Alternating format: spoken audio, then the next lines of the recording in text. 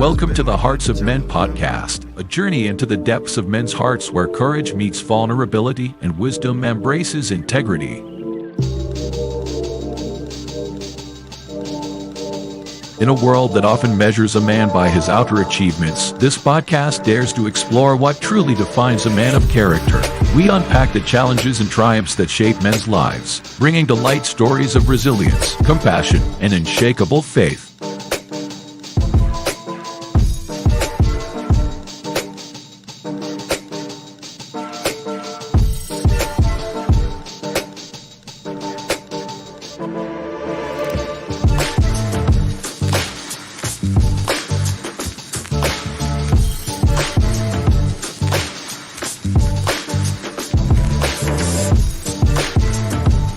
We believe that the heart of a man is a treasure trove of untold stories, powerful lessons, and profound wisdom. Through authentic dialogues and insightful discussions, we aim to unlock these treasures, one story at a time.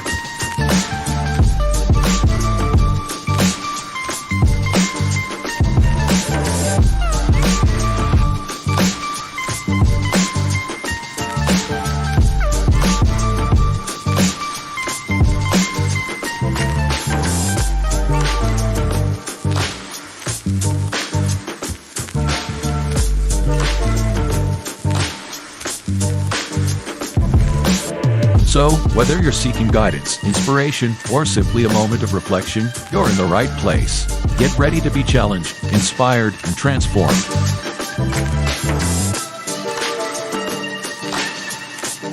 And now, to guide you through this journey of discovery, please welcome your host, a visionary leader and a true catalyst for change, Dwayne Dwyer, but we affectionately know him as the Mindset Coach.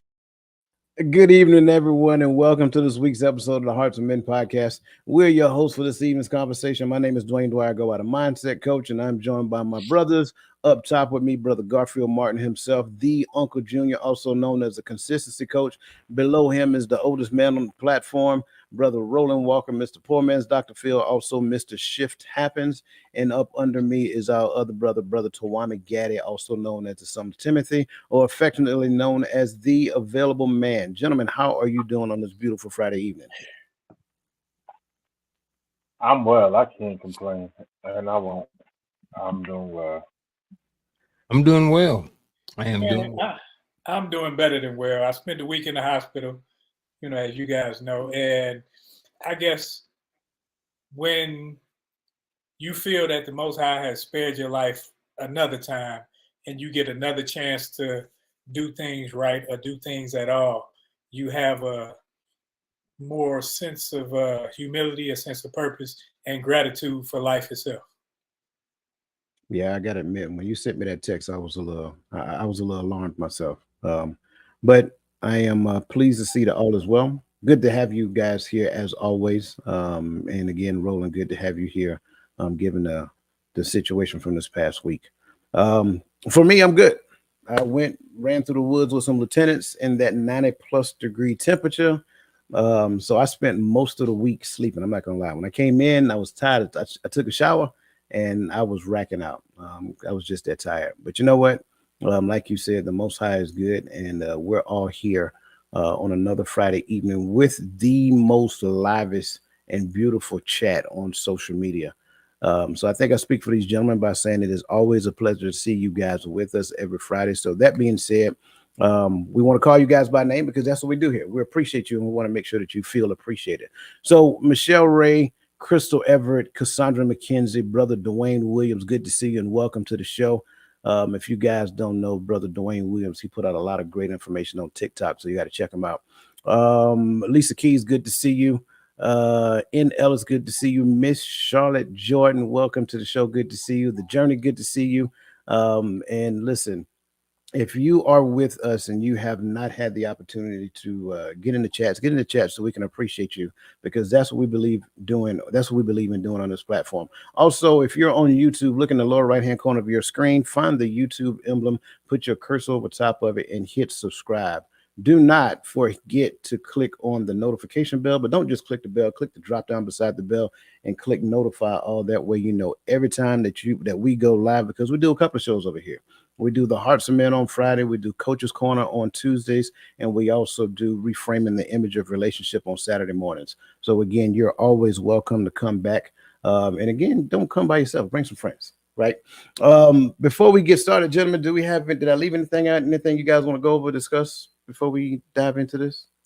Because no, yeah, everybody good to go? All hearts and minds clear? I just want to make sure, man. I want to make sure everybody's good. Let me turn my light on, because you know how we dark skinned brothers do. So that being said, have you ever wondered why it seems so difficult for some Black men to express their emotions openly? Why do we encounter the expectation of that real strength means staying silent and stoic? If these questions resonate with you, then you won't want to miss today's episode on the Hearts of Men podcast. So welcome, everybody. Today, we're diving deep into a critical and often overlooked issue, the myth of the strong silent type, and why it's essential for Black men to break this silence. This conversation isn't just about identifying the problem, but also about uncovering the rich value of mature Black men who lead with openness and honesty. We'll explore the historical roots of this stereotype, examine its devastating consequences on mental health, and highlight the transformative power of communication and relationships. We'll also shine a spotlight on the incredible role models in our community who are paving the way for a new, healthier narrative. This isn't just another talk. It's an invitation to join a movement where Black men are encouraged to speak up, share with honesty, and connect more deeply with those around them. Whether you're a man struggling with these expectations, a partner wanting to understand better, or a community member looking to support this change, this discussion is for you. So stay tuned and get ready to be a part of a conversation that promises to be as enlightening as it is empowering. Don't miss out. Let's break the silence together. So, as always, and we're going to kind of try to do this in a conversation style, right? And so that being said, I want everybody to understand on this platform, we consider ourselves to be subject matter experts of our own perspective, right? Everybody have their own thoughts, their own opinions, background, so forth and so on. So that said, let's honor and appreciate everybody's points of view, and let's just consider the rightness of it. Even if it isn't 100% right, let's try to see where it is right, if it is. Okay? So, gentlemen, I want to kind of start this conversation off real quick just by asking a very simple question. And this simple question is this. When you hear the phrase strong silent type, what does that mean to you? What come to your mind? What thoughts do you encounter? Well, when I hear that, I think of it as a misconception. I think it's one of those phrases that's put out there as a positive, but in reality, because I've lived it, it's a negative, because you said the strong silent type. You know, people talk about like, oh, he can take anything, he can take everything, but yet they don't know what's going on the inside just because he masks his feelings well.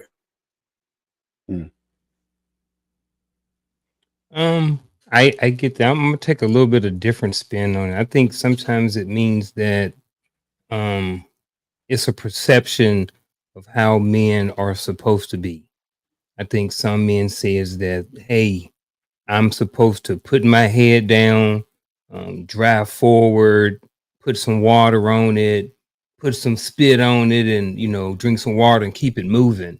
And don't share my problems or the things that I'm going through with anybody.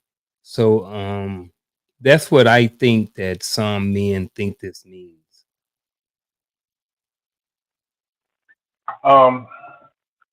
Trying to figure out how to take the approach I want to take with it, but I want to kind of save the totality of what I want to say for later, because I feel like you're gonna pull it out.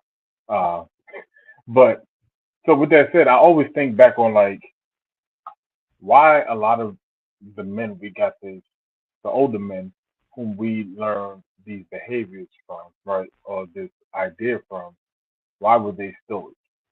And I've always looked at it as they went through so much just to exist as Black men, and had to learn how to endure it and keep driving on, how to continue to raise good men and deal with the stress and the pressures, how to love a woman and still deal with all they had to go through. All right. And I'm not in any way praising it. I'm saying the situational awareness is for the generation in which we grasp that idea from, right? But these are also the same generation of men who grasp the idea of they came home and started drinking too, right? They can't, they came home and they were distant or something just like we get that behavior and we praise that, but we also look at a lot of the bad behavior that we take or we try to label on the black man from that generation as well. So I'm going to ask you to turn up your mic just a little, speak into the mic, Caroline, because it's a little hard to hear you, but I want everybody to be able to hear what you're saying. And I'm agreeing with everybody's perspective. I'm with Roland. I lived it as well. I think it is a kind of like a phrase of deception, automatically assuming that silence and strength go hand in hand. And that is, I mean, that couldn't be further from the truth. Silence has nothing to do with strength, although it sometimes takes strength to be silent. I think when you go back and look at a lot of things, I think what you have to conclude is that some men, and I've said this previously, that some men just picked and choose their battles. So unless somebody got their eye poked out, somebody, leg them fall off or something of that nature, they ain't going to really say a whole lot. Because at the end of the day, when it comes down to it, they don't want to have to go back and forth and, going through all of that frustration. I would say going through the frustration of talking about everything, and I don't necessarily mean everything, because everything isn't worth talking about, but it may seem to their partner that they're talking about everything. So to avoid that, sometimes they stay silent. And I recall years ago, my ex-grandfather-in-law, he would just sit in the corner. And we would go to the house and I would speak to him and things of that nature. And he was just sitting in the corner and he would speak back. And that was it. You wouldn't hear him speak no more for the rest of the day. And I would always question, like, why would he not say anything? Why was he not a functional part of conversations, things of that nature? So I just started paying close attention.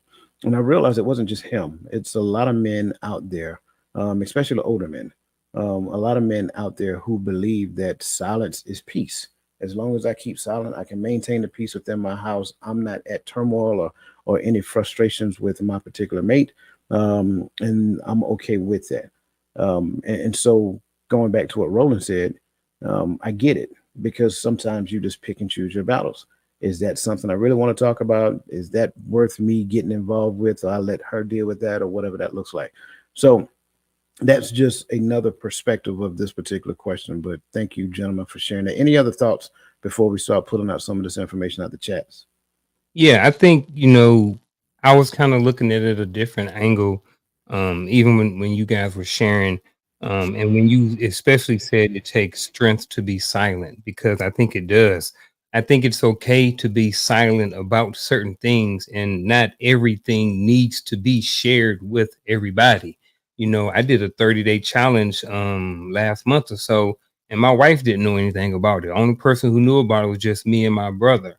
You know what I mean? It was something that I was working on, so I think sometimes there is something to be said for being silent, to the grandfather and something like that. Sometimes, we have these phones now. So even when we're out in public, back in the day, we used to talk to people. We would be sitting in line, we'd be at the doctor or waiting in line at the pharmacy or something like that. And we would have conversations, or we would observe, so I've found myself sometimes, as gotten older, is sometimes just being in a place and just observing. And I know this is not what you were talking about. This is something totally different. I did want to mention that is that sometimes, there is some peace in being silent. I could imagine myself as being a great grandfather or something like that, and seeing all of my kids and just everybody want to soak it up. And like I said, this is not, to, contradict anything that you were saying. I'm just speaking to another side of that, Right. And how that silent, is a lot of strength in that, you know what I mean? Because you can kind of look back and like, these are my kids, my grandkids, my grandkids, and this is your legacy, Right. that you in front of you. And I think there's some value in that. But to like that other side of it, I think, like you were saying, it does take some strength to be silent sometimes, and everything that we should say or everything that comes to our head, we shouldn't necessarily say. Well, so I like that. I like that perspective, and I'm gonna ask a question that kind of ties everything together. Is it possible, and this is just my thought, is it possible to appreciate being around my grandkids, but still have a voice? Absolutely. That's kind of like, my initial thoughts in that particular, because I'm agreeing with you. Like, you appreciate, like, every time I see my grandson, my face lights up. I feel like I'm a kid again, and I want to get out there and play with him. Like, I ain't got that kind of energy, bro. I'm gonna be honest with you though. But I want to get out there and play with him and all kind of other stuff of that nature. But I also say things in relation to his behavior, and I think it's kind of like what we're talking about. So so the follow-on question to that, in your opinions, for a person to sit in silence and allow things to just happen, right? Don't necessarily say anything about this, even though they see certain things that they don't necessarily agree with. Could that be like indicative of something else? And if so, in your thoughts, what could that something else be? I think that's a deep one. I don't know if you guys remember the movie with Michael Douglas called Falling Down, where he worked at a business and he shirt and tie every day. He had problems at home where his wife was about to leave him and everything. Then he went to work and he just snapped because he would never say anything. Everything happened. He just took it on the chin and like, okay. And then he was in traffic and the guy was blowing his horn and everything. And he just snapped and went on this whole spree and everything. That's how it is sometimes. Sometimes if you sit there and just take it on the chin all the time and bottle it up and it has nowhere to go, eventually it has to go somewhere. And whether it be you are abusive to your family or people at work or whomever it is, coming at home and just kick the dog or whatever, it's going to go somewhere. And that's why it's a must that we have an outlet. Yeah, I definitely think it could be indicative of something else.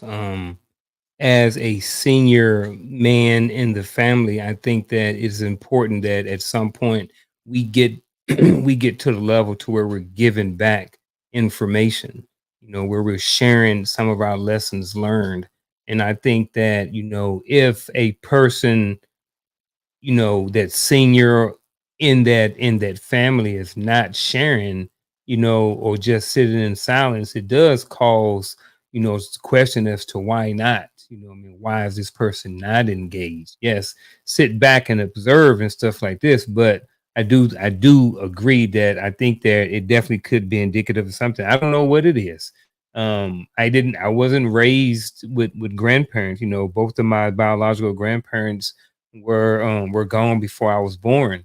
And then my grandmother had remarried, but he was, I knew him, but I didn't see a lot of the dynamics of, imparting into grandkids and different things like that. He was the step granddad. I don't say that in a negative way, but he was the person my grandma married, later on in life. So I don't know where it comes from. I'm glad I didn't say what I wanted to say in the beginning, because I think this question, I know you're gonna jump right to it, but no, it's when I see the silent but strong type, I believe for a lot of the reason is survival mode, self-preservation, right? That's why I said, I look at the generation of which we know to be the most stoic, and what they've had to go through. How much of that history we've learned out of the textbook because of the times it lived and how many movies was made from that generation, right? The reality is they were in survival mode, and so when I see it today, the question is, what are they surviving? What they're silent to avoid what? I remember the movie The Great Debaters. Remember that movie? I remember the part when Forrest Whitaker they hit the pig, and you could tell he wanted to say so much, and he wanted to react so bad when they made him sign over his entire paycheck. But when he looked back in the car, he saw his family, so he stayed silent so that the family can survive. That is what some men are actually going through, and nobody in the house ever asked the question, is he surviving me? Am I what he's surviving? Is there space in his own home for him to have an opinion without him to be cut off, cut down? Is there space for him within his own family for him to have a voice and not be challenged every time? Why is it that to be stoic is what he has to do to be strong in this house? And so for me, I look at it and say it's survival mode. I'm liking the survival mode thing. I really am. Go ahead, bro. I'm sorry. Oh, I'll just go. I think sometimes I can speak from personal experience where I felt my voice wasn't valued, or I was going to meet friction. It's going to be another argument. Sometimes we get into situations where we'd rather not deal with what could happen, so we just take it on the chin and be quiet. We just throw up our hands and say, okay, it is what it is. I agree. And I think that I think a lot of that comes from the suppression, to where, and I don't want to use the term fear, but it's the second and third order effects that go along with the possibility of particular conversations, right? And so what ends up happening is that some people, they tend to suppress what they're really thinking and what they're really saying for the sake of quote unquote peace, but you don't have peace within, right? You're going through some internal conflict because you're thinking and feeling a particular type of way, but then you never let it out because at the end of the day, you don't want to cause conflict. So you feel like what you're going to say is going to cause conflict, and that by itself becomes a problem. So you just don't ever venture in that category. So greatly appreciate your guys' response. Yes. I have a question. Sure. Why? Excuse me. Are we going to get to why men are silent in the first place? Sure. We can get to it right now if you want to. Okay. Because I think that's important. Sometimes we have conversations and we start with the definition. Mhm. We're talking about men being silent. So I want to know, you guys' opinion. Why do y'all think men are being silent or feel like they have to be silent in the first place? Well, I guess I'll start with this one because I kind of started down that path. It is the intentional avoidance of confusion because they feel to express how they really feel and what they're really thinking will stir up a hornet's nest within the house. And then they got to deal with the secondary and tertiary effects of that. If they say what they're really thinking, if they really try to, and I'm gonna say this loosely, if they really try to instill some type of order and peace within the realm of the home, then it's deemed as being too masculine or whatever that looks like. And I get it. It's not a. And as we say this, I want to make sure that we give credit to the fact that these things happen, but it's not that they're trying to be demanding, forceful, or misogynistic. It's just that in their own homes, they see things are being done wrong or done in a way to where it can be done better. I say it that way. Like case in point, I give you a perfect example. If there's a boy child in the house and the husband feels like that boy child is being coddled too much, But then when they go to say something about it, then it's like, well, that's my son and blah, blah, blah. And this, that, and the third. Well, it's our child, right? It's not just your son or my son. It's our child. And so at the end of the day, men generally train boys and women train girls. Men nurture daughters and women, they nurture sons. So we're not saying it not to nurture them. We're just saying that too much of this thing without them getting the lesson that they need to get at this particular point in time can cause some type of prolonged entitlement, dependency, whatever that looks like. And so I think, to my point, I think a lot of that is done to avoid all of the, and I say it's unnecessariness, but all of the unnecessariness to go along with it. So I yield the floor to the distinguished gentleman below me. I think we're treading carefully on on this one, and it's just my perspective.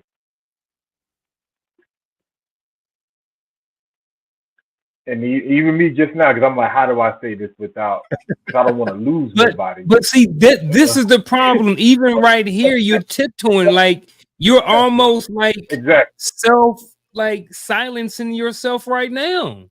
So like this is why I wanted to figure know, out like, why we been silent in the first. We should be able to say what we need to say. Because it's our let's be real, it's our cultural bring up nowadays, right? We're not brought up in a culture with a strong male presence, right? Either they're not there or they're not allowed to be there, right? Whatever the case, whatever argument you want to make for it, both are true at the same time, right? And so because of that, the only authority figure that most of us know is mama, especially in the home. And so when we know that we're going to meet friction or the other party is not going to agree, we have a part of it, and this is just a part of it. I don't believe it's the whole answer, but a part of it is we take on to the way we were nurtured, right? And we begin to backtrack because we don't want mama to feel overran. And we have this idea because we've been told by mama to how to treat a lady, how to make her feel. And the moment we tell her she ain't doing it right, we just went against mama because she don't feel happy because we didn't tell her she did everything right.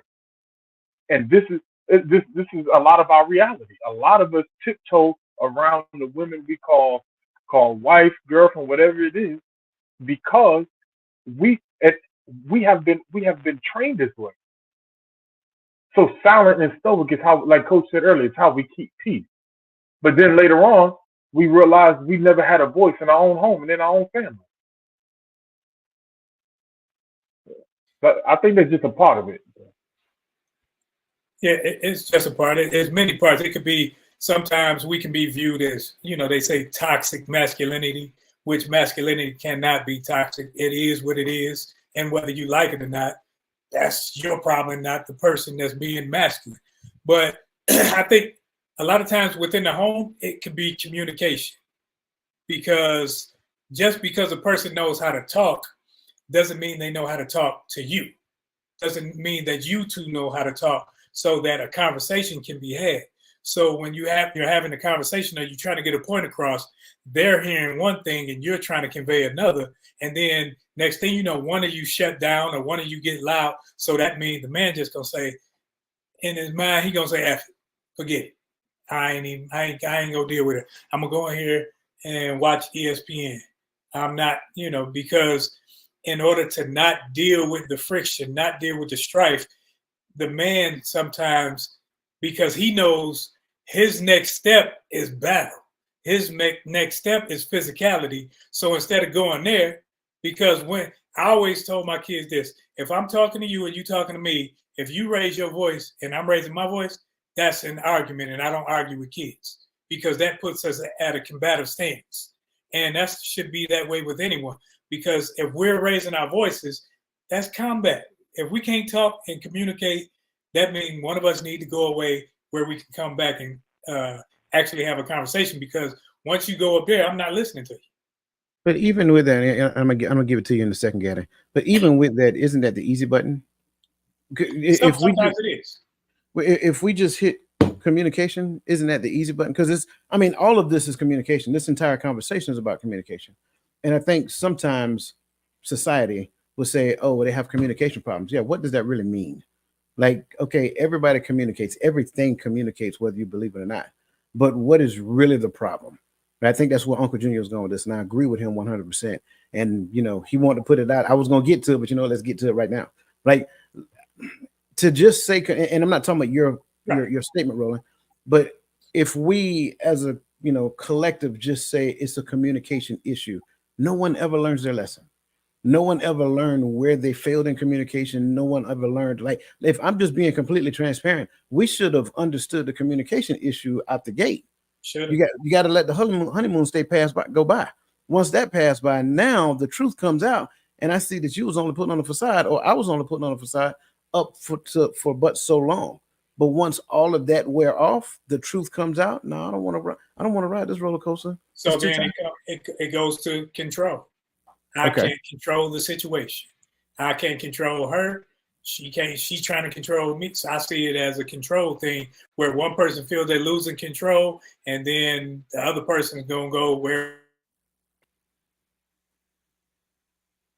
I think you said the other person gonna go wherever they want to go. Okay, gotcha. Okay, I thought it was me for a second. I was like, not again. Nah. Man, Coach, you said something that kind of like not off track me, but refocused me. But to stay on the why, we have become addicted, and this is probably when I'm gonna get unfollowed by nah, I know all the love. But we've become addicted to the narrative of the strong black woman is the angry black woman, right? And so, and by we, I mean on both sides, the man and the woman, because the man, we have accepted it, and the women have adopted it a lot of times.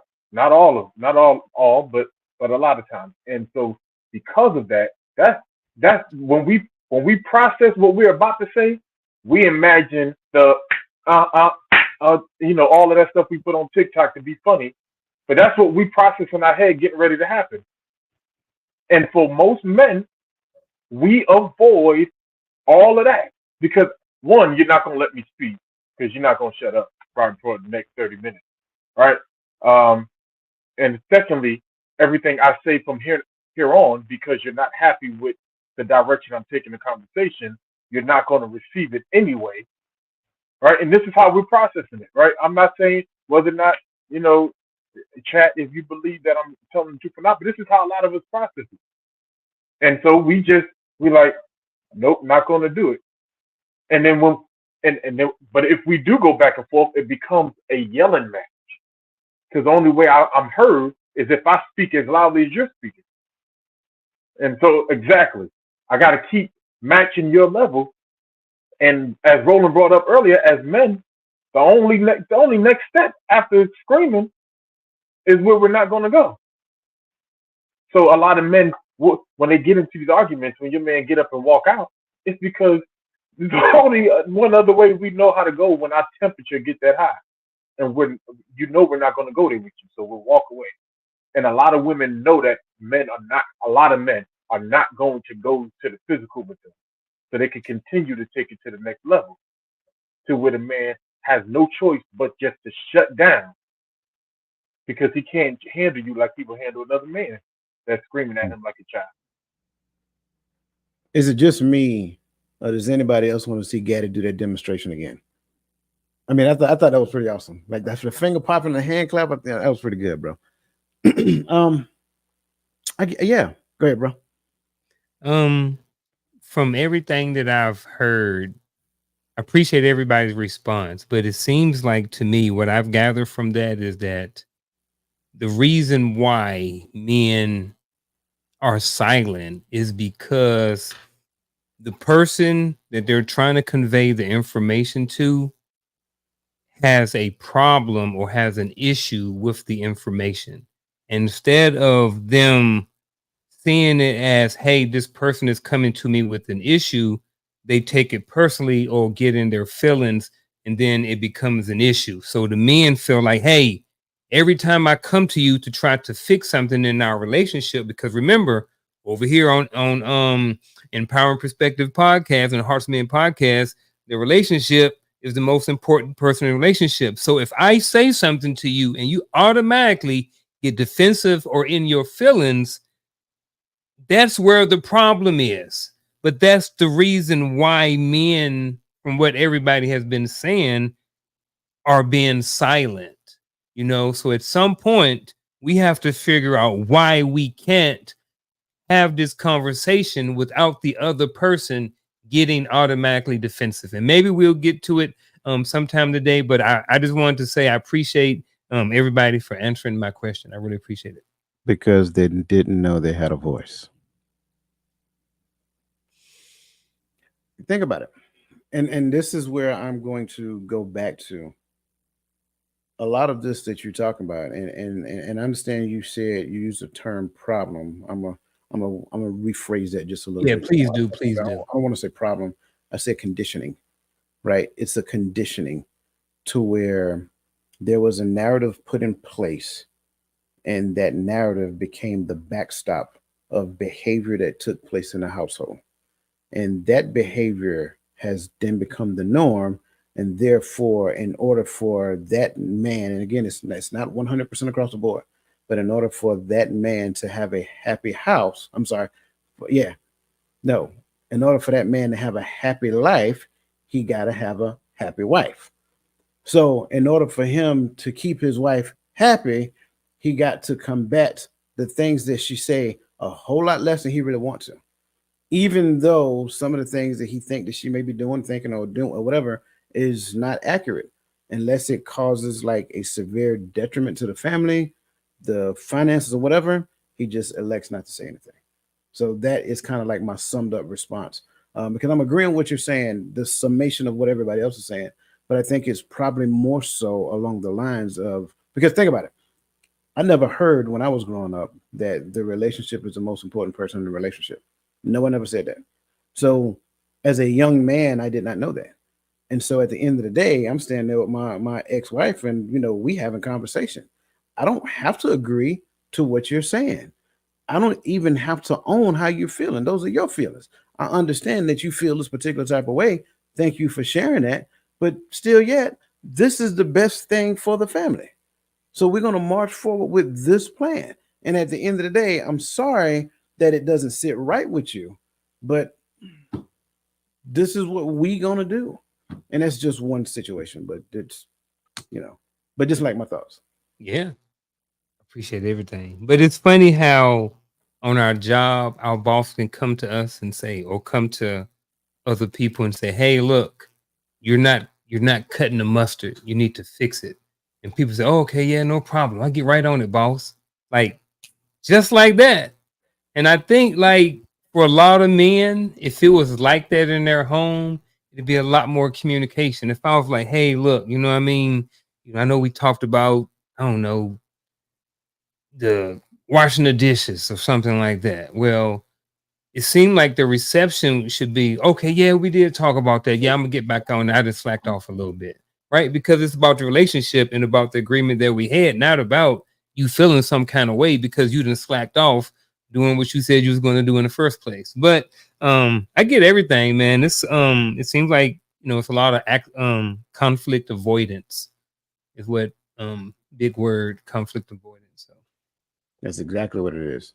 Okay, let's kind of see what's going on in the chats, because they was putting some stuff up in there, and we is ready for it.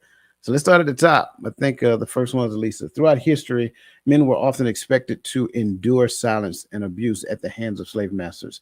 This damaging notion of strength through silence has been perpetuated across generations. Absolutely. Thank you for that, Lisa, because she is spot on. And that kind of goes back to the conditioning piece, right? Being strong and silent is not a badge of honor or a reward. This unhealthy mindset must be challenged and replaced with truth and understanding. Thank you for that. Expertly said. I appreciate that.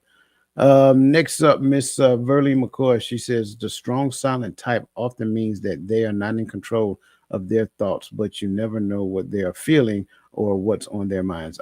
I can agree with that. I can agree with that. I think there are some people, and this is the thing I will add to that if I can. I think some people struggle with thoughts that lead to emotions, and they have taught themselves to be quiet because in the past, when they shared what they were thinking and or feeling, it was frowned upon or not even acknowledged or whatever that looks like. So I can definitely see how that can be a thing. But again, I'm stuck on the fact to where, and this has nothing to do with her statement, but I'm stuck on the tying together strong and silent. I just don't see how that became a thing. We never got anything accomplished in life with being silent. No person in our history has ever been, celebrated or whatever by being silent. They've been celebrated by the words that they said and the people that they moved. So I'm just trying to understand how that became a thing. So thank you for that, and I agree. I'm sorry, did I miss somebody? Okay, being silent is a method of learning and listening from from the teacher that teaches and allow the man to vibrate at a higher level because he is silent. Okay, I got that. I can see that. The journey. There we go. Is it possible that the strong silent type demeanor may stem from a preference for introspection, self-reliance, and calm approach to challenges rather than a desire to appear superior? I think you give men far too much credit. And I'm not trying to be funny. I said it jokingly, but I think in the midst of it, when they're in the, like, let me kind of paint a picture. Let's just say a family, wife, husband, three kids, all school age kids. Let's say the oldest is in middle school. Okay. So the youngest is like, elementary school, like fifth grade or whatever. And, 2 or 1 is the third. And so at the end of the day, kids are busy. And so kids going to do this. They're going to run around. They're going to have fun. They're going to jump around. They're going to, if they're upstairs, you're going to hear a lot of booming and crashing and all kind of stuff like that. And mom and daddy both work. So when they come home, mama's trying to make sure that everybody got something to eat, all that other great stuff. And, the man is doing whatever he is doing, whatever that looks like, whether he's watching TV, out cutting the grass, washing the cars, whatever. Doesn't really matter. But at the end of the day, let's just say that we're going to use the man in this particular scenario. The man has an issue with something that the kids are doing, right? And I don't know how women can do this. They can become completely tone deaf to what the kids got going on until something breaks. When something breaks, all bets are off. But let's just say the man, been going all day and kind of don't want it completely silent like the library, but wanted thinkable silence. And for whatever reason, they can't see eye to eye to that. And so they get into argument, discussion, whatever that looks like. I don't think at that point he is not going to have that conversation because he is doing some introspection and self-reliance and calming himself. I think he is not going to have that conversation because he don't want the beehive to show up when he enters into that conversation, especially being that mama has gotten to the point to where she can tone out those noises unless it's a different sound. And I can't put a finger. I don't know how to do it. They can just do it. But if it's a different sound, they know something happened, somebody got hurt, somebody broke something or did something of that nature. So that's just my initial thoughts. Gentlemen, what are your thoughts on this statement here? I like that because sometimes the man doesn't want to say anything. Okay, we got Chris up in the house. The man doesn't want to say anything because of how he feels when he's speaking to the kids and she jumps in. So, and that's kind of usurping his authority. And so instead of them listening to him, he say, do this. And then she talking about, do what your daddy told you to do. Whereas I don't need you to reinforce me right now. Let them hear my words. And then let me get it out. And then if they don't do what I told them to do, I'm going to give them some encouragement. But with you coming behind me, making them do it, it's like you're in charge and my words have less weight as yours. I'm sorry, can I jump in real quick? Ladies and gentlemen, the man, the myth, the legend, our brother from another mother, hailing from the great state of Ohio, Mr. Christopher McClellan from across the table with Christopher McClellan, also known as Still the Angry Guy. Chris, how have you been, bro? I have been well. I have been well. I've been well. Well, I tell you what, it's good to have you back, bro. Good to have you back. Thank you. So I know you've been listening, so just feel free to chime in whenever you get ready. No pressure, no pressure. Okay, I'll do that. All right, gentlemen, continue, please. I'll jump in there. I don't think there's anything particularly wrong with the statement because it can be true at a moment, right? But I think the difference is from maybe from the way I'm viewing it, but it's like it's just kind of like when you what you were saying, Coach. But I think it's when it disrupts my ability to have the process to be introspective. You know, it destroys the process of me being able to calm myself and think about how things are going. I can't sit down and my thoughts because there's so much chaos going on. And so now when we say I can't tell the kids to sit down somewhere, I told them they can play a little bit. Well, let them go outside and play. Let them, don't tell them they can't. You know, so I don't disagree completely with the statement because I believe that there is a time, you know, for men that we do like to sit in silence, we like to collect ourselves, calm ourselves from everything else that's going on, and then, you know, jump into what's going on in the home.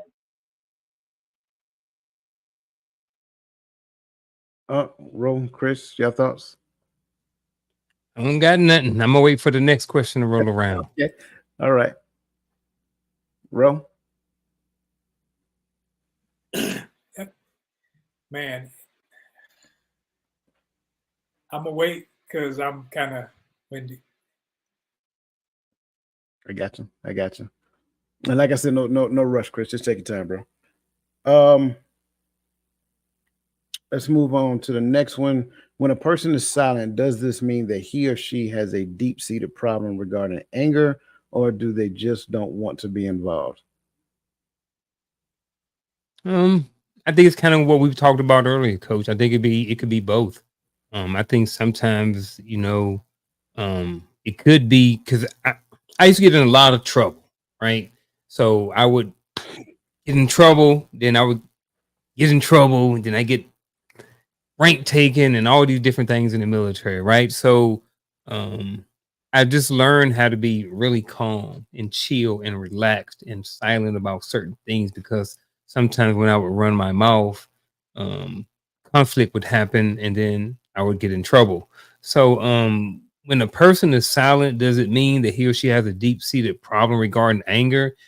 And sometimes it is that. Sometimes it is because I know that if I get angry, we're gonna start moving some furniture around here. So it's better for me that I know myself. That's just going to be calm. I'm not going to engage with Gaddy because he said woo woo woo about my hat. You know what I'm saying?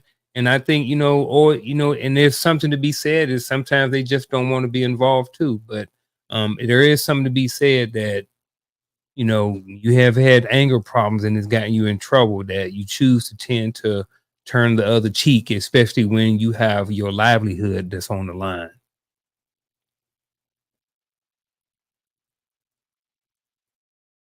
I would say that's not a men or anybody in totality, but I think that sometimes it could be that the person is weighing the options, is listening more than they talk. Sometimes you got to listen. You don't, everything doesn't need me to say something about it. Like, okay, you said this. Okay. It's not, see, sometimes people are looking for a reaction because they want a reaction from you, not because you have one. And sometimes people will give their reactions and what their 2 cents because they just want to add something, thinking they're adding value to the situation or the conversation. But when it comes to dialogue and communication or the back and forth, I think I would rather listen because I've been to anger management 3 times and I learned some things. sometimes you just shut your mouth, because if you have something to say every time that person is talking, you weren't really listening to what they were saying. You were just waiting for your turn to talk. So sometimes that person just listens and waits for them to talk, and they think, oh, you ain't gonna say nothing? I'm gonna wait till you get it all out, because you running a mile a minute and I'm not trying to keep up with you. I'm trying to have a conversation. Absolutely, man. I'm like you, bro. I've been to anger management a few times, and it's funny when you say that. Like every time I see Chris pop up and I see the angry man, still angry man, or angry but working on myself. You're damn right. You know, it's funny because that's how I was always classified. You know, always classified as the angry person, as a soldier, as even at the job now, because I just don't tolerate disrespect too well. That's me, right? But I learned something about myself, right? And it was why I used to get so angry when I was younger, right? It wasn't just because I went through a lot. It wasn't just because we got taken from my mother and all that stuff. Yeah, that happened. But I realized I really get angry when what I am conveying is not properly handled, right?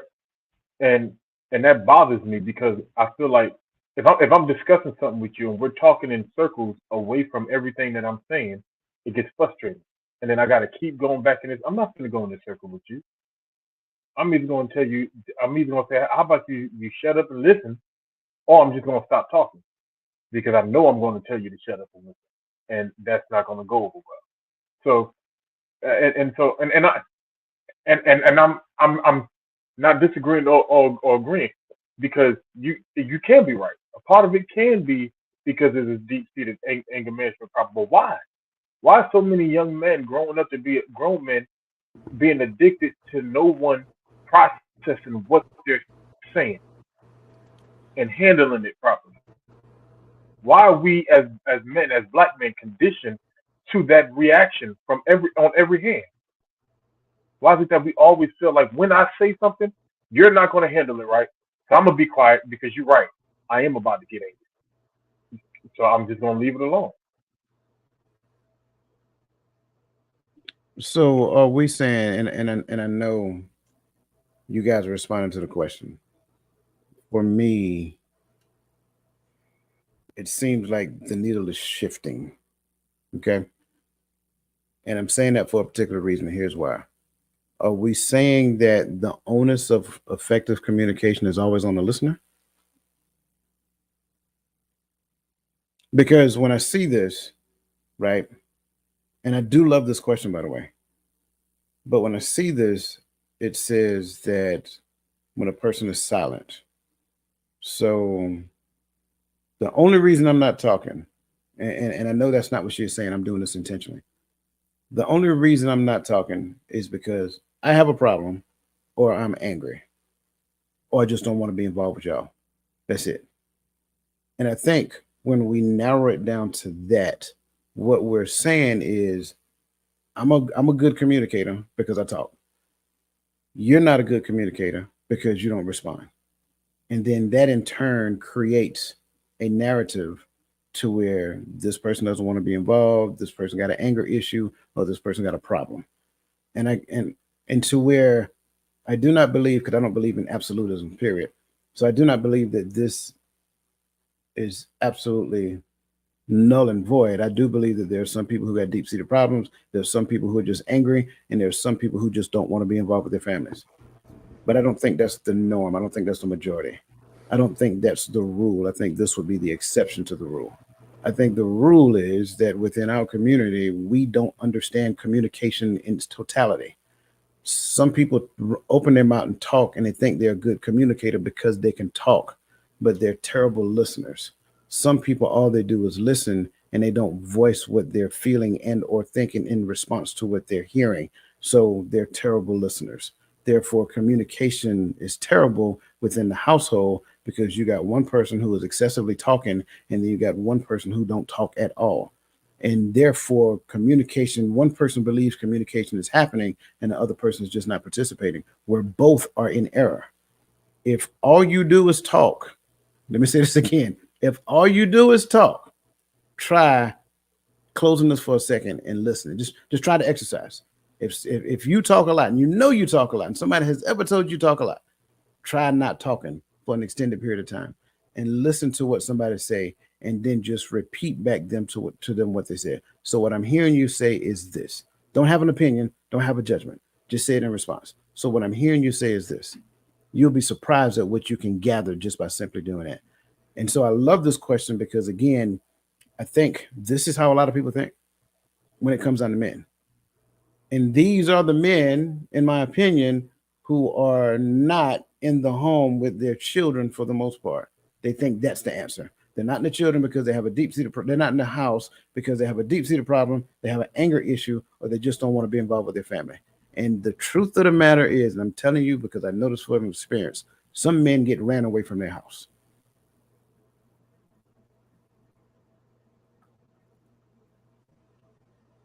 Ouch. That's true. Because As a former employee of the court system, I would have to agree. And I've heard, oh, you can always talk to them, but you ain't never got nothing to say to me. Because you always talking bull crap. You always negative. You always yeah. So yeah, when it's that type of conversation where I can't get a word in, you know, sometimes a person will say, I can't get a word in, so why am I even trying to talk? I'm not even gonna try. I'm just gonna bow out, run your mouth, get tired, go to sleep.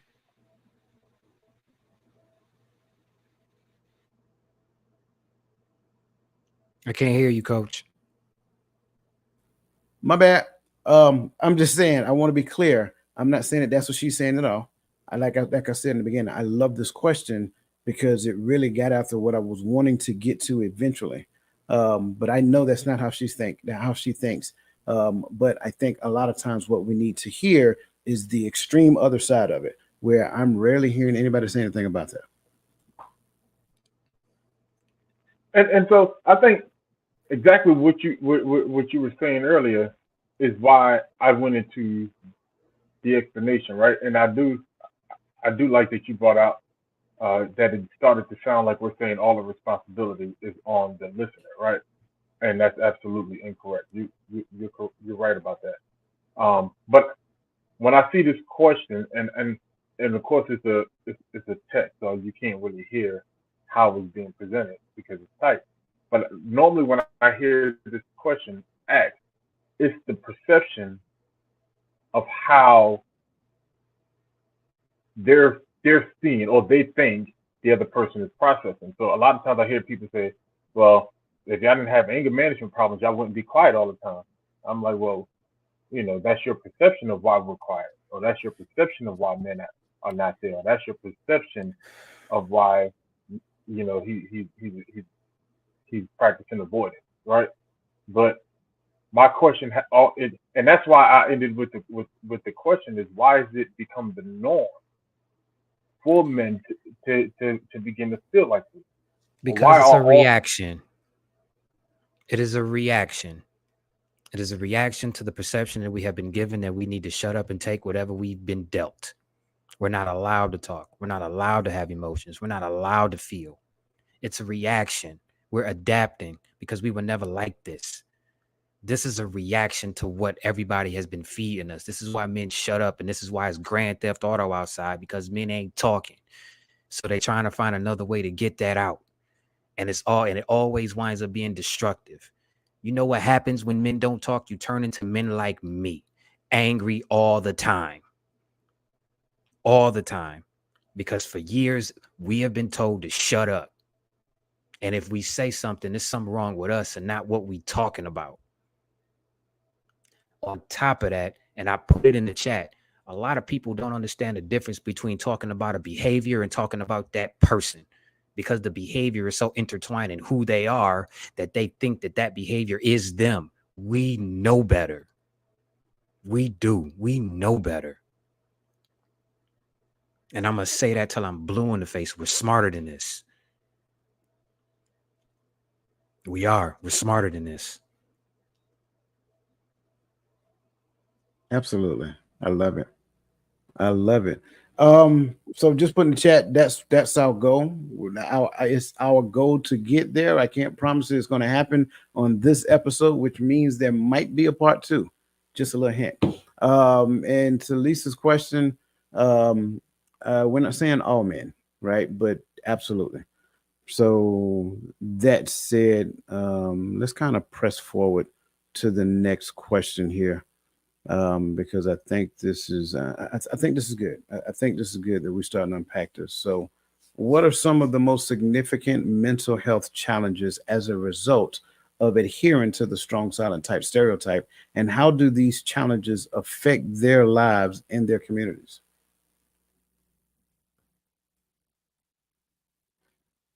I'm going to say that, as with a lot of times when you have mental health, and when you've been strong and silent, you're probably adding an extra layer of stress into your life. When you're adding stress, then you have having mental health on top of that. I think that one of the things that it can cause is health problems. A lot of times what we go through mentally, a lot of times comes out in a physical sense. So where now we're talking about strokes, we talk about heart attacks, we talk about, gallstones, all of these other different things that we have that come from an extreme amount of stress that we're taking into our life because we're being silent about certain things that we should be able to talk about. So, and how do these challenges affect our lives and our communities? When your health is affected, it affects everybody around you. When you're being silent and you're holding everything in, and then you're dropping dead at 35 years old, and you got a wife and a couple of kids, like, that ain't healthy for anybody around you. When and everybody have their time to go. However, if we can eliminate some of these stresses, and people being able to get things off of their chest, or have a wolf pack or a partnership, or people to be able to talk to, coaches, counselors, therapists, whoever to talk to, and open up and have conversations about things that affect us, then it would help our health, our physical health, which means that we can be around here to impact and to be impactful into other people's lives and into our community, whatever we decide our community is.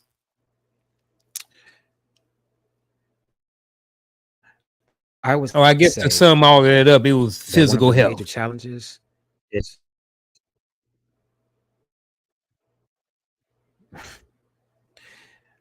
I would say one of the challenges is understanding the difference between strong and silent, meaning stoic, and strong and silent, meaning I don't say nothing. There is a big difference. You understand what I'm saying? So when I saw the title Strong Silent Type, I immediately thought strong, stoic. I'm thinking before I act, and I'm acting the way that I'm supposed to act instead of just not saying nothing. There's a difference. And I think one of the ways that the strong, silent, stoic type is actually what's necessary to me. But the quote unquote strong, I'm just not going to say nothing type, it's like when you boil water and you put a lid over it and it keeps boiling. At some point, the lid is going to fly off. And that's not something that I would wish on any community, for real.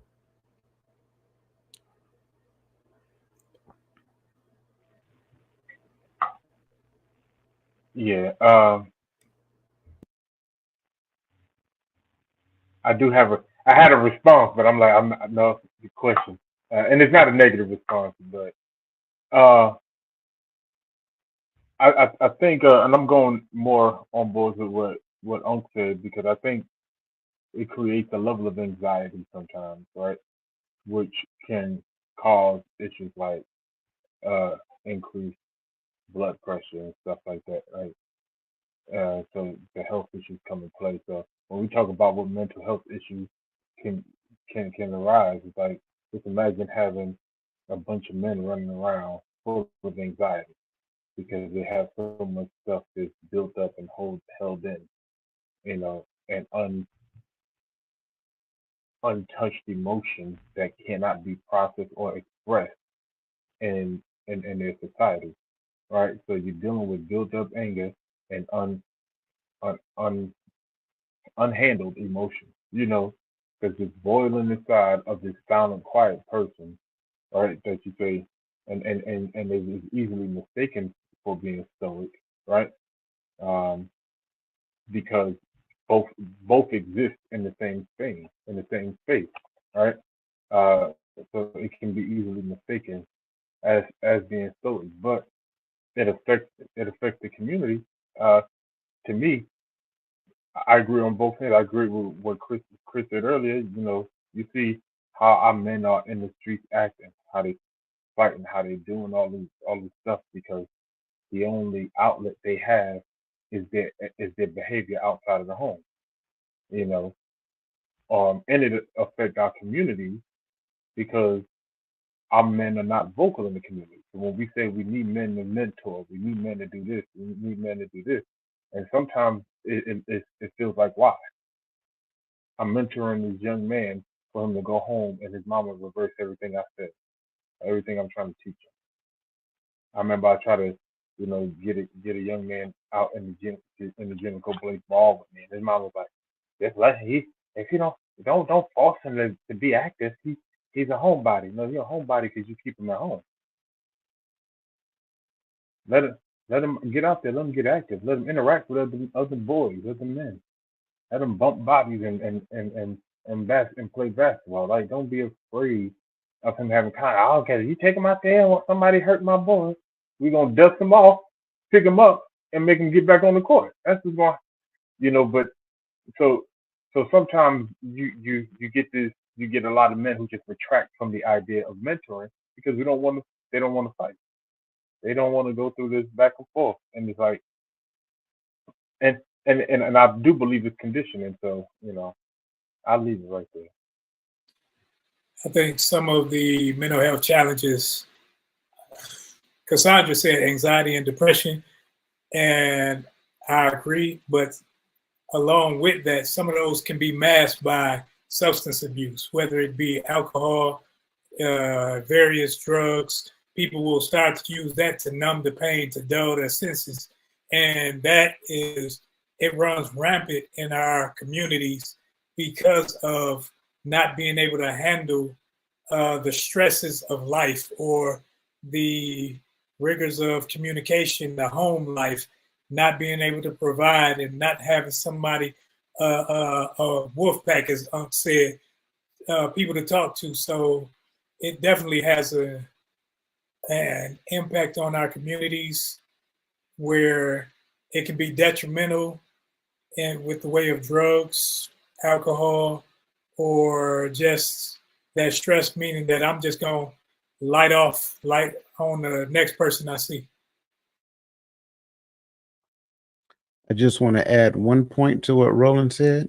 Make no mistake about it. Sex is a drug. They will use sex just like they use alcohol, just like they use any other narcotic to mask that pain. Don't get it twisted.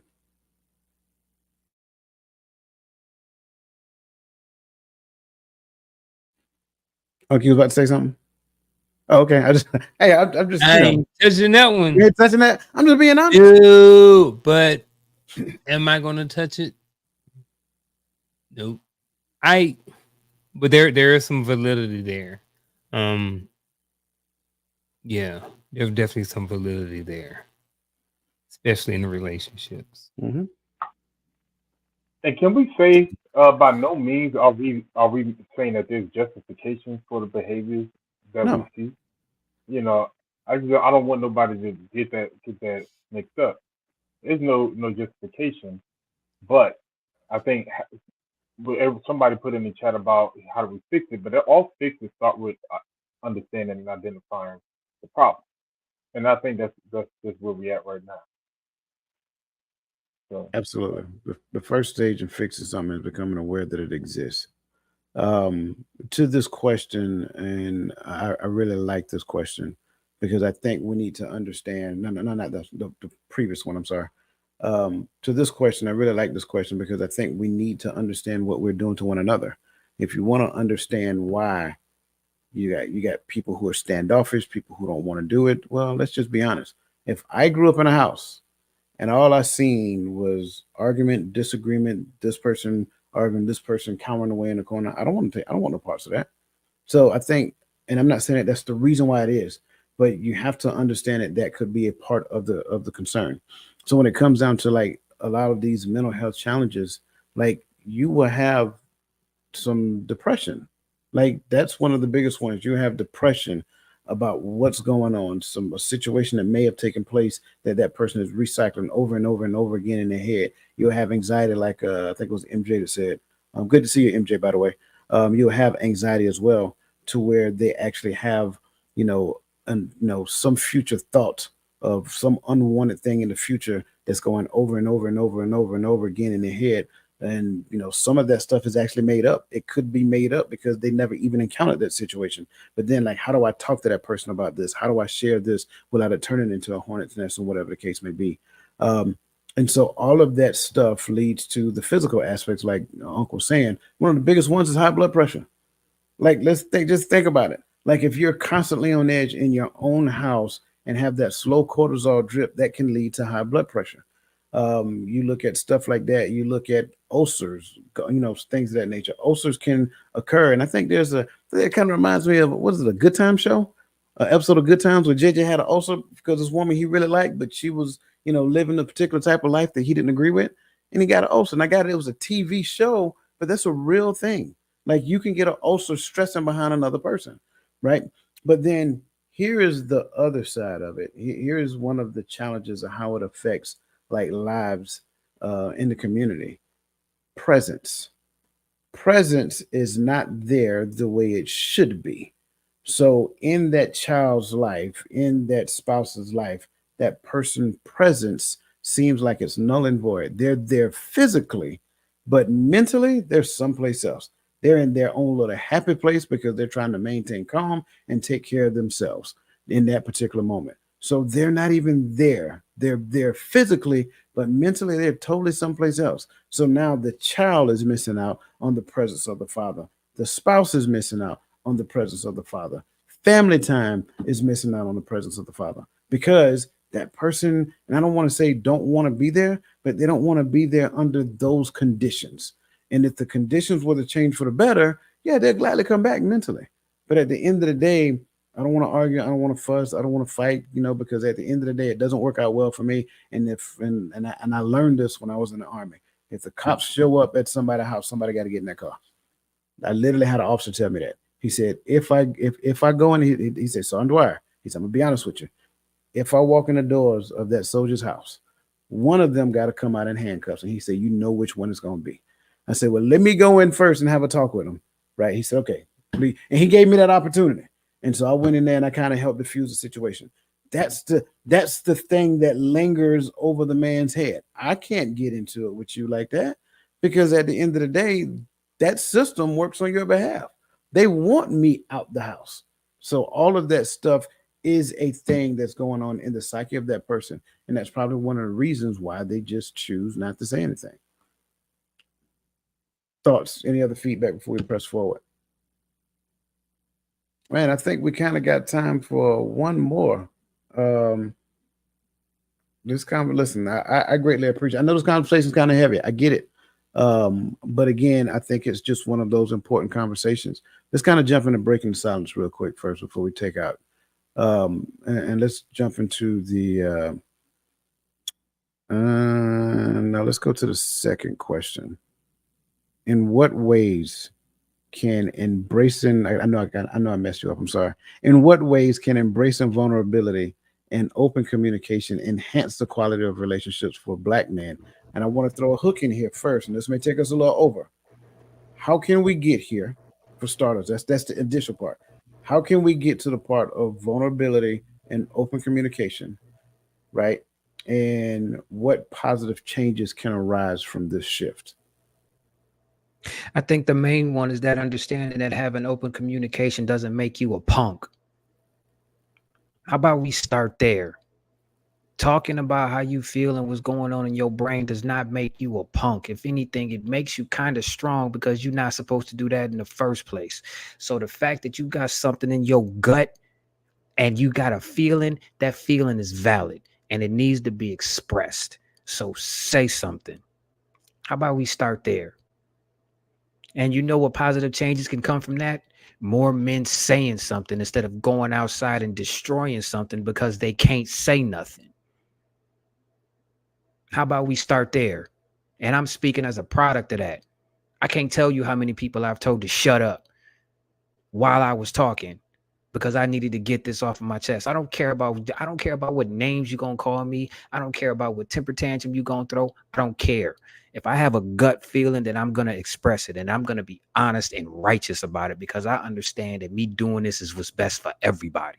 Because you don't want me to go down that other road. You will not like me when I am angry. You won't. So how about you let me get this off my chest now before it turns into something that it ain't supposed to be? How about we start there? Has anybody else missed hearing Chris say "shut up" besides me? I'm just being honest, man. We missed you, bro. That's all it is. But no, I agree. Great response. For me, I think it can create, when you embrace vulnerability and open communication, I think what it allows for is for a deeper connection with the people that you're being vulnerable and openly communicating with. For example, the 5 men on this podcast, right? I think I've had conversations with, I think, almost everybody on here on the side, minus I think one person. But I've had personal phone calls and we've shared personal information and we were able to be vulnerable with each other and we've had open communication. And that has created a deeper connection and trust with these gentlemen that are on this platform, tonight. So, and I feel, or I think that if I needed to call on any one of these brothers, I've known everybody up here. I've never personally shaken anybody up here's hand before. I met Coach through a mutual friend. I met Roland through Coach. I met Gaddy through Coach. I met Chris in a group on Facebook or somewhere on social media, but because we have sat here, Wednesday nights and on Friday nights and had conversations and then had conversations, after the cameras go off, for me, it has helped me. It's helped my mental health. You know what I mean? Because I know that I have an outlet, if nothing else, every single Friday night to whereas someone can impart into me. So y'all think that this whole thing is just for y'all in the chat. Nah, this for us too. You know what I mean? We learn, we build off of each other as well. So, and nothing but positivity and stuff like this. And right at the end, what positive changes can arise from this shift. I mean, look at us. You know what I mean? I think that if I needed any of my brothers up here for something, I honestly believe that they would extend their hand and offer it and help me out. So I appreciate all you guys for that. I know that wasn't part of the question, but no, but that's actually that was part of the question because Yeah. that's something that's a positive result. Like I said, I don't think any of us have been in the same state except for Roland and Gaddy. But we all know that we could pick the phone up and call anybody in this circle and say, hey, I got something on my mind and I need to share it. You understand what I'm saying? That's a positive.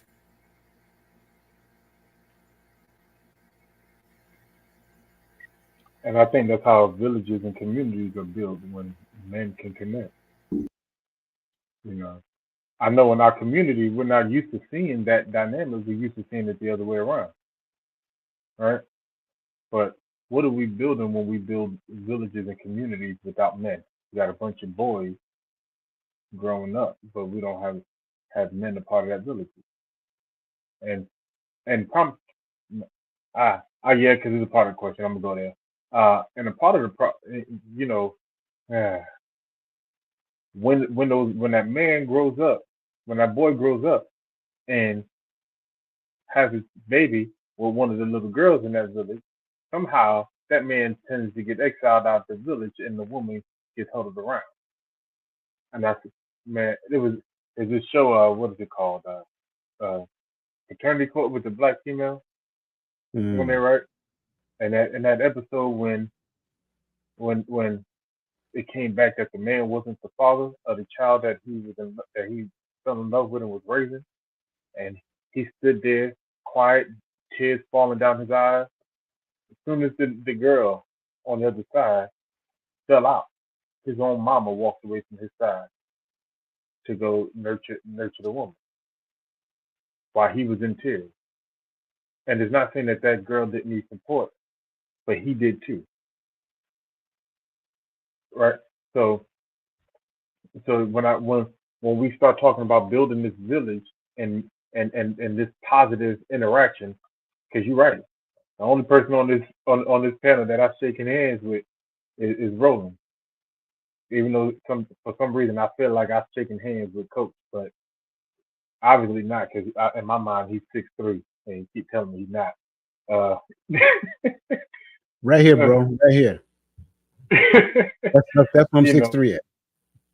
That's 6'3" to my hey, that's where it counts, right? But I think what breaks the mold and allows us to start accepting vulnerability, right? We always say, and this is a mantra we hear everywhere, social media everywhere, that men need to learn how to lead. Men need to get back in their position. Men need to stand up and men saying it, and there's women out there saying it. But the first part, not the first part, some people might argue was first, but you can't lead with your mouth shut. You can't lead your home if you cannot express what the vision of the home is. If you can't express what the direction of the home is. If you're just there to make sure the bills are paid, I don't know what you are, but we're not leading. So I think when we understand that, we begin to embrace vulnerability, because we realize that our leadership, it comes out through our voice. It comes out through us speaking. I love those responses. I think for me, I'm gonna start in the first place is just recognizing that, and it kind of goes back to what Chris says, in recognizing that vulnerability is available. It doesn't make you look weak. It's not a feminine characteristic whatsoever. It is a human characteristic. So being vulnerable is available for men. I got it. You may have never seen another man be vulnerable before. That does not mean that you can't be vulnerable. Being vulnerable simply means just being open, honest, and expressing yourself at the level of what you're thinking and feeling, and not necessarily passing judgment on what that other person might say or might think before you say it. Open communication, again, that's a two-way street. I think too many times what we try to do is exercise control when it comes down to communication. And so what you really have within the space of conversation is kind of like a balance of power. One person's trying to have an authority over the other person, when actuality in relationship, neither person has authority over either, right? They are given charge to do certain things within their relationship. It's kind of like the yin and the yang. You remove one and the other one is out of balance. And I think that's kind of like what it looks like. And so just in that alone, it will improve the quality of relationships, because you are considering the other person in the midst of the conversation. So it may cause you to think about what you say before you say it. Listen, if you never heard me say this before, I'm going to say it now, and you might want to write it down. If you have a problem with thinking about what you say before you say what you're going to say to another person, then you just have a problem. It's not that other person's problem. We should be thinking about how we talk to other people. I think too many times we get into the space of complacency with people, and we just think we're going to shoot from the cuff and say the first thing that comes to your mind. That is wrong. That is in error. If you think you can do that, trust me, you're going to run across a person and you're going to say the first thing that comes to your mind. And I promise you, When they respond, you're not going to like it. Embrace it. You deserved it. I'm just being completely transparent. And then it is what it is. And then the last part of this question was what was it? The positive, I missed it. The positive change that can arise from this shift, a healthy family. That's the positive change. I am confusing myself if I believe I have a healthy family minus one of the other parents. That is a false assertion. It is a lie that has been embedded in your head to make you believe that that child minus parent, minus one parent equals a healthy environment. It does not. That child needs that balance. They need the yin or the yang. They need both of them together, right? So that's the thing. And then that alone, that healthy family, when you get a bunch of healthy families together, guess what they create? They create healthy communities. That's how it works. The foundation of the community is the family unit. If they destroy the family, they destroy the community. All you got to do is look around. It's everywhere. We claim community, but we don't know what community is because we struggle at the family level. So that's kind of like where I will go with that answer, because I think it's important for us to understand, men, it's okay to be vulnerable. It's okay to express yourself. It's okay to say how you feel, but you have to think about the person that you're talking to in the expression.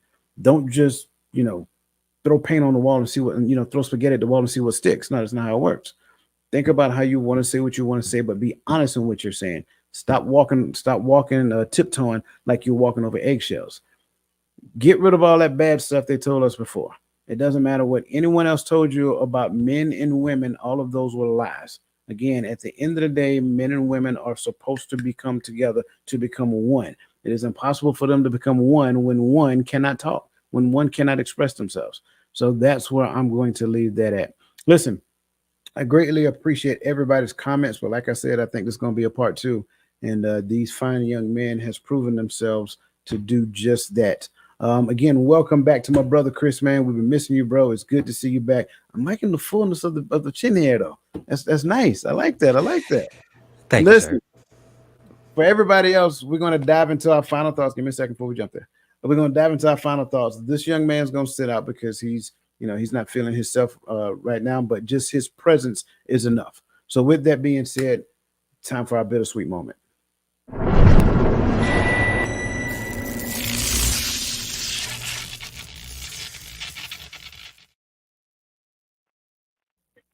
Ooh, man, this is a good conversation. I always think it's a good conversation when we make headway to bettering our community. And as Coach said, it starts with the family.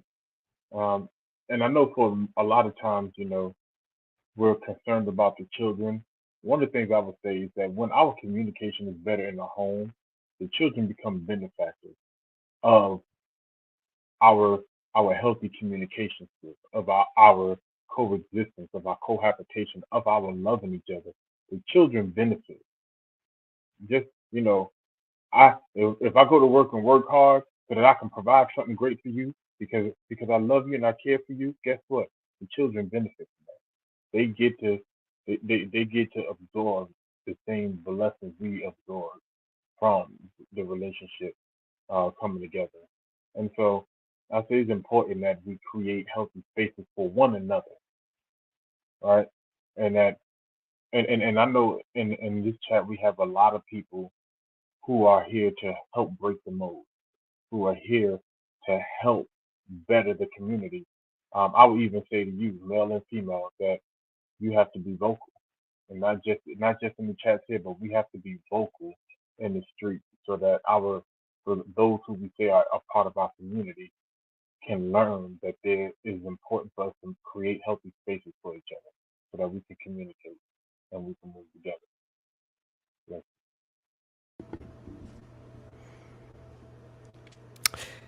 My final thought is simple. Fellas, talk. Find somebody you can talk to and talk. It is necessary for you to talk. We need more of you to talk Say something. Don't bottle that stuff up, man, because it's unhealthy and it can lead to something very, very bad for you. So talk. Don't make you a punk. It don't make you soft. It don't make you any of the shaming tactics that these people out here want to throw at you when you saying something. It doesn't. Talk. Say something. We need more of y'all to talk. We need more of us to talk. And we need more environments where we can talk.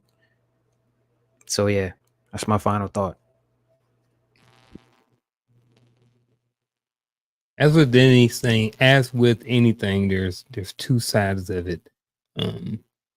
There is a need for people to keep their mouth shut and to be silent about certain things. You know, we all have personal lives. We don't need to share every single thing that we have going on in our life with someone. The other side of that is there are plenty of times, there are going to come a time to where you're going to need to share some information, and being silent about it and holding it in is not always the best answer. You know, we talked about health issues, high blood pressure, all of the different things that can come from holding things in that you don't need to. You know, we have to have balance in life and to have to figure out what things we need to share and what things we don't need to share. Deeper communications can be built from sharing information and not being silent. You know, when you have a relationship with someone and both people don't have to be silent and they have the freedom to share and express themselves, it can be a wonderful thing. You know, so like Chris said, you know, everybody, you know, you need to find an outlet. You need to find somebody you can talk to. And I'm just saying, if you are a person who watched this show, kind of seems like there's a lot of believers that watch this show. So I'm just kind of saying, you always got somebody to talk to. So really no need to be silent. That's my final thoughts. I love this community. I really do. I think when you listen wholeheartedly, you can hear that in these discussions, we're really for uplifting and building the community. Um, and I would say this: if you were the person who was listening to this and you felt like it was like a personal attack against women, then I ask you to search yourself, because at the end of the day, don't be the victim. Understand that we're speaking for the group. We're speaking for the betterment of the community, and I think that's the important part. We can't have a healthy community when the men in the community feel like they cannot express themselves and be completely transparent and honest. This is why men lie. I'm among other things, right? I got it. But this is why they lie, because they don't feel like they can tell you the truth. Well, why don't they feel like they can tell you the truth? Simply because at the end of the day, there was some explosion that happened when they tried to tell you the truth before. So look at why they're silent and then search yourself, right? Go to that person and talk to them. Say, I got it. Made a mistake back then. I made a decision. It didn't work out well. And I can see how you're withdrawn.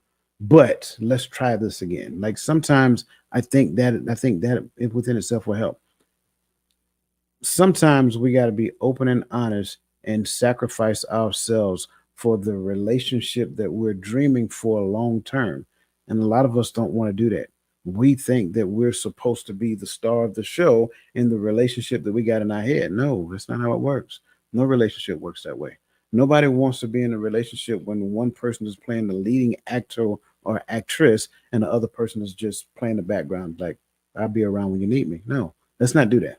Let's be better than that. Like we said earlier, the relationship is the most important person in the relationship. And if that is true, then both parties got to search themselves to ask themselves, what is the relationship requiring of me at any given point in time? And that's not just for one person to do, that's for both parties to do, men and women both. If we're ever going to come together, if we're ever going to unite, if we're ever going to have a strong community again, then we got to do better. And I believe wholeheartedly, and every person that hears this, that we can do better. but I need for you guys to believe right along with us. And that's why we're here every Friday night. So that being said, we appreciate you guys. We value you guys. We think you guys are awesome. We appreciate you joining us every Friday night. Don't forget to join us on Tuesday night as well at 7 p.m. For Coach's Corner. On behalf of all of these brothers here, listen, you guys have a great rest of your evening. Have a fantastic weekend, and may the best version of yourself be a blessing to someone else.